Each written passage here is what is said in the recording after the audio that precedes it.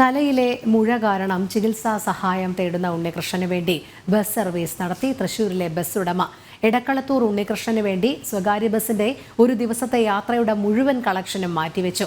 തൃശൂർ ശക്തൻ സ്റ്റാൻഡിലെ രാജാവിന്റെ മകൻ ബസ്സാണ് ചികിത്സയ്ക്കായി സർവീസ് നടത്തി മാതൃകയായത്. കയ്യിൽ ബക്കറ്റും പിടിച്ചു നിൽക്കുന്നത് ആരാണെന്നും എന്തിനാണെന്നുമുള്ള സംശയമായിരുന്നു യാത്രക്കാർക്ക്. എന്നാൽ മുതലാളിമാർക്ക് മാതൃകയായി മാറുകയാണ് ഈ ബസ് ഉടമ. തൃശൂർ കൈപ്പറമ്പ് സ്വദേശിയായ തോമസ് ഉടമ മാത്രമല്ല, ബസ്സിലെ ജീവനക്കാരനും കൂടിയാണ്.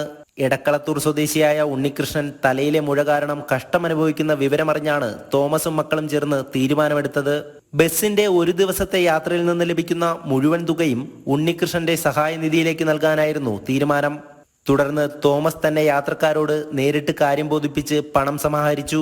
ബസ് വാങ്ങിയത് മുതൽ കാരുണ്യ പ്രവർത്തനം ചെയ്യണമെന്നായിരുന്നു ആഗ്രഹമെന്നും യാത്രക്കാരും അതിനുവേണ്ടി സഹകരിച്ചുവെന്നും തോമസ് പറഞ്ഞു.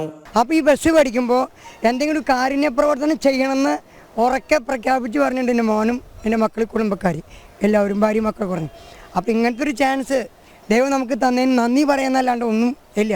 കിട്ടാവുന്നതിൽ അപ്പുറത്തേക്ക് നമ്മൾ കൊടുക്കാൻ തയ്യാറാണ്.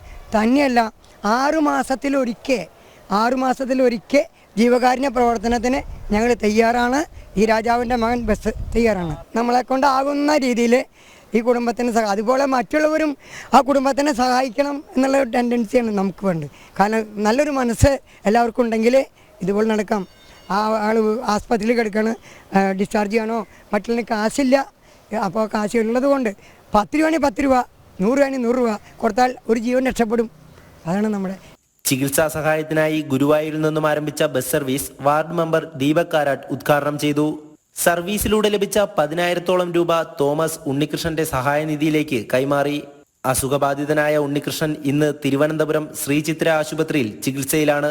ശസ്ത്രക്രിയയ്ക്കായി ഉണ്ണികൃഷ്ണന്റെ കുടുംബം സുമനസ്സുകളുടെ സഹായം തേടുമ്പോൾ അതിനുവേണ്ടി ആത്മാർത്ഥമായി പരിശ്രമിക്കുകയാണ് നാട്ടുകാരും. ജനം, തൃശൂർ.